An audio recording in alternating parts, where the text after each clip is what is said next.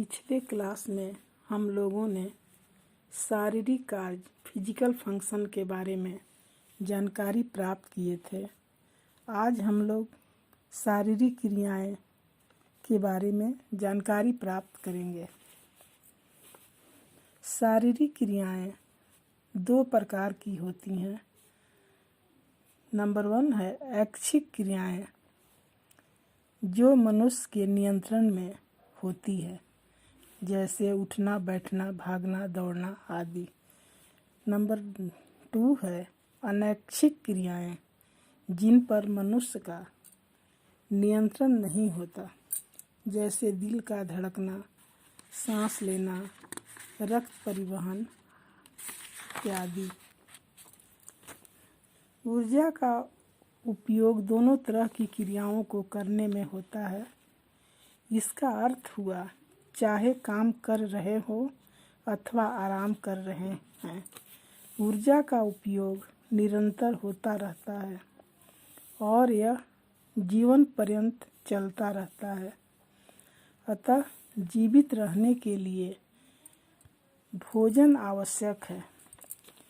अधिक शारीरिक श्रम करने की स्थिति में वृद्धि की अवस्थाओं में, गर्भावस्था व दुग्धपान अवस्था में ऊर्जा की आवश्यकता बढ़ जाती है। नंबर 2 है निर्माण कार्य।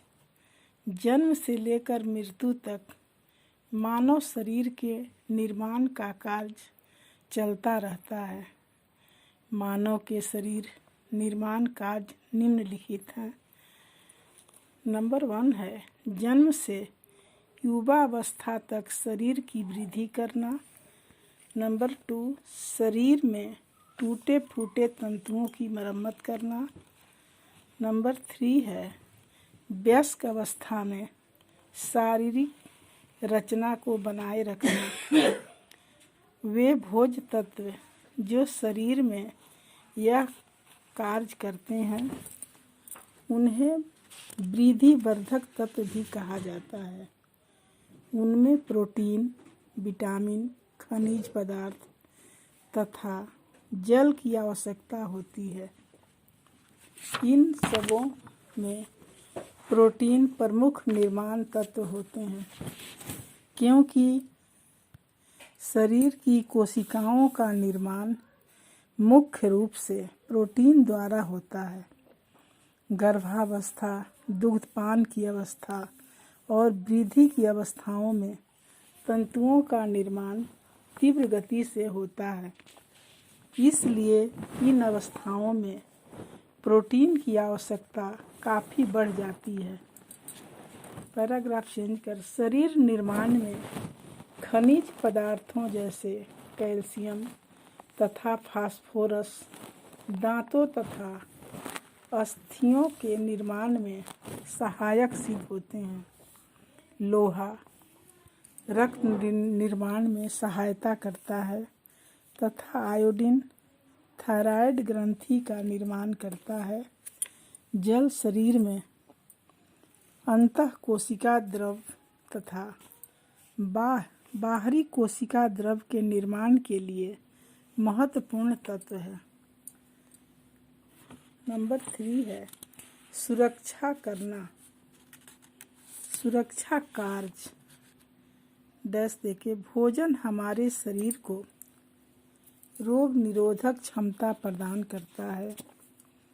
रोगग्रस्त हो जाने पर भोजन के सुरक्षात्मक तत्व ही जल्दी स्वस्थ होने में हमारी सहायता प्रदान करते हैं, जैसे विटामिन, खनिज, प्रोटीन मुख्यतः सुरक्षात्मक तत्व हैं। उदाहरण के लिए कैल्शियम, फास्फोरस, विटामिन डी हमें रिकेट्स से बचाता है, जबकि विटामिन ए आँखों को सुरक्षा प्रदान करता है तथा विटामिन सी हमारी त्वचा की सुरक्षा करता है और स्कर्वी नामक रोग से बचाता है। लोहा एनीमिया रोग से बचाता है तथा भोजन में आयोडीन होने से ग्वाइटर नामक रोग नहीं होता है, जिसे साधारणतः भाषा में गलगंड कहते हैं। प्रोटीन रोग निरोधक क्षमता बढ़ाकर सुरक्षात्मक कार्यों में सहायता करता है। नियंत्रण कार्य नंबर 4 है नियंत्रण कार्य। रेगुलेटरी फंक्शन भोजन का अनावश्यक कार्य शारीरिक क्रियाओं को नियंत्रित करना एवं सुचारू रूप से चलाना है। इस कार्य के लिए मुख्य भोज्य तत्व है विटामिन, खनिज पदार्थ, जल। इन तत्वों द्वारा प्रमुख नियंत्रण की क्रियाओं निम्नलिखित हैं। नंबर ए है खनिज पदार्थ शरीर में अम्ल और क्षार के संतुलन को बनाए रखने में सहायक होते हैं, जैसे सोडियम और पोटासियम। बी है खनिज पदार्थ रक्त परिवहन, हृदय की धड़कन, रक्त का थक्का जमना आदि क्रियाओं को नियंत्रित करते हैं। सी है विटामिन उपापचयन की क्रियाओं में सहायक सिद्ध होते हैं। जल शरीर से हानिकारक पदार्थों के उत्सर्जन तथा भोज्य पदार्थों के पाचन और अवशोषण में सहायता करता है। इसके अलावे जल शरीर का तापमान समान बनाए रखने में सहायक सिद्ध होते हैं।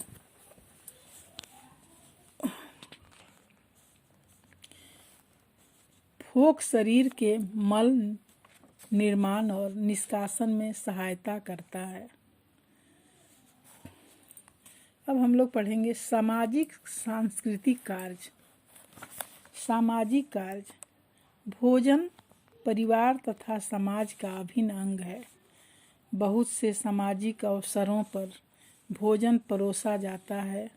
भोजन एक ऐसा वातावरण बना देता है जिसमें विभिन्न वर्ग, जाति, धर्म तथा प्रांत के लोग आपस में भेदभाव मिटाकर बैठते हैं। बच्चे हो या बूढ़े, अपनों के साथ और मित्रों के साथ मिलकर खाना सभी को खुशी देता है। विभिन्न अवसरों पर और त्योहारों पर बने विशेष पकवानों का आदान प्रदान करके सभी परिवार आपस में मैत्री का भाव बढ़ाते हैं। उदाहरण के लिए परीक्षा पास होने पर पेड़े बांटना, जन्मदिन पर केक बांटना, होली पर गुजिया मनाना, शादी ब्याह में मिठाई बांटना आदि। सांस्कृतिक कार्य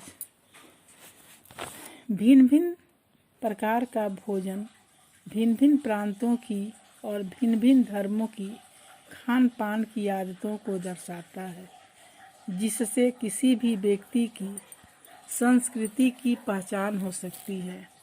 जैसे दक्षिण भारत में इडली, डोसा, सांभर, नारियल आदि का प्रयोग खाने में अधिक होता है, तो उत्तर भारत में रोटी, दाल, छोले भटूरे आदि का प्रयोग अधिक होता है, जो उनकी प्रांतीय संस्कृति को दर्शाता है।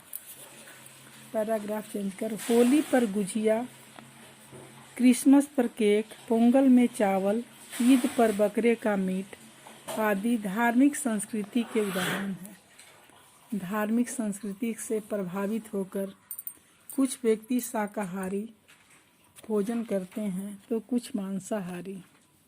इसी तरह कुछ विशेष खाद्य पदार्थों को अपने भोजन में शामिल करना अथवा त्याग करना। उदाहरण के लिए हिंदू धर्म से प्रभावित कुछ लोग मांस, प्याज, लहसुन आदि खाना छोड़ देते हैं। भोजन के कार्यों को जानने के बाद हम कह सकते हैं कि भोजन हमारे जीवन में महत्वपूर्ण भूमिका निभाता है। तो फिर अगले क्लास में बताऊंगी।